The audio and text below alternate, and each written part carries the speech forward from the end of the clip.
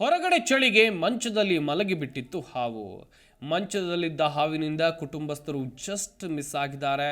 ತುಮಕೂರು ತಾಲೂಕಿನ ಕಂಬಳಾಪುರ ಗ್ರಾಮದಲ್ಲಿ ಈ ಘಟನೆ ನಡೆದಿದೆ. ಮುನಿಯಪ್ಪ ಎಂಬುವರ ಮನೆಯ ಮಂಚದಲ್ಲಿ ಹಾವು ಮಲಗಿತ್ತು. ಬೆಡ್ಶೀಟ್ ಒಳಗೆ ಅವಿತಿತ್ತು ನಾಗರ ಹಾವು. ಇದನ್ನು ರಕ್ಷಣೆ ಮಾಡಲಾಗಿದೆ ಅನ್ನುವಂಥದ್ದು ಕೂಡ ಗೊತ್ತಾಗಿದೆ. 5 ಅಡಿ ನಾಗರ ಹಾವು ಇದು. ಇದನ್ನು ಕಂಡು ಸ್ಥಳೀಯರಾಗಿರುವಂಥ ರಾಜೇಶ್ ಅನ್ನೋರಿಗೆ ಮಾಹಿತಿಯನ್ನು ಕೊಡಲಾಗಿತ್ತು.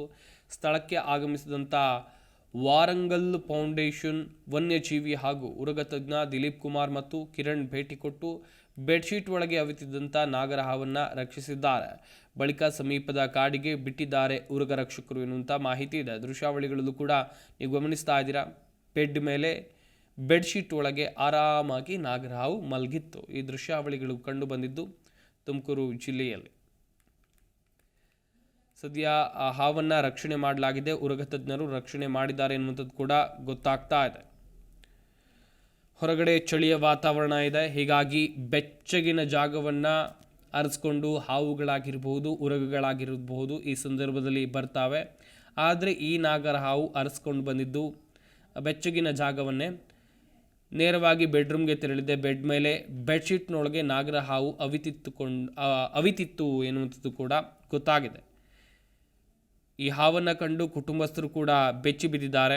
ಮುನಿಯಪ್ಪ ಎಂಬುವರ ಮನೆಯ ಮಂಚದಲ್ಲಿ ನಾಗರ ಹಾವು ಮಲಗಿತ್ತು. ಬೆಡ್ಶೀಟ್ ಒಳಗೆ ನಾಗರ ಹಾವು ಅವಿತಿತ್ತು. ಇದನ್ನು ತಂಡ ರಕ್ಷಿಸಿದೆ. ವಾರಂಗಲ್ ಫೌಂಡೇಶನ್ ವನ್ಯಜೀವಿ ಹಾಗೂ ಉರಗ ತಜ್ಞ ದಿಲೀಪ್ ಕುಮಾರ್, ಕಿರಣ್ ಈ ಮನೆಗೆ ಭೇಟಿ ಕೊಟ್ಟು ಹಾವನ್ನು ರಕ್ಷಣೆ ಮಾಡುವಂಥ ಕೆಲಸವನ್ನು ಮಾಡಿದ್ದಾರೆ. ನೀವು ಕೂಡ ದೃಶ್ಯಾವಳಿಗಳಲ್ಲಿ ಗಮನಿಸ್ತಾ ಇದ್ದೀರಾ ಹಾವನ್ನು ರಕ್ಷಣೆ ಮಾಡ್ತಾ ಇರೋದು.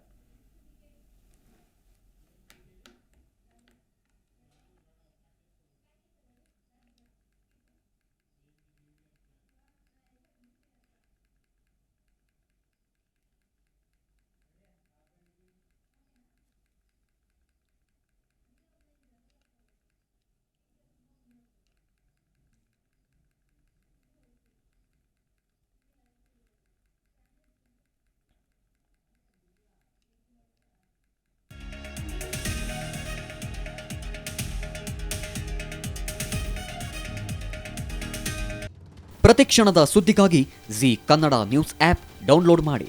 Live TV, latest updates, entertainment, life style, technology ಸುದ್ದಿ ನಿಮ್ಮ ಅಂಗೈಯಲ್ಲಿ.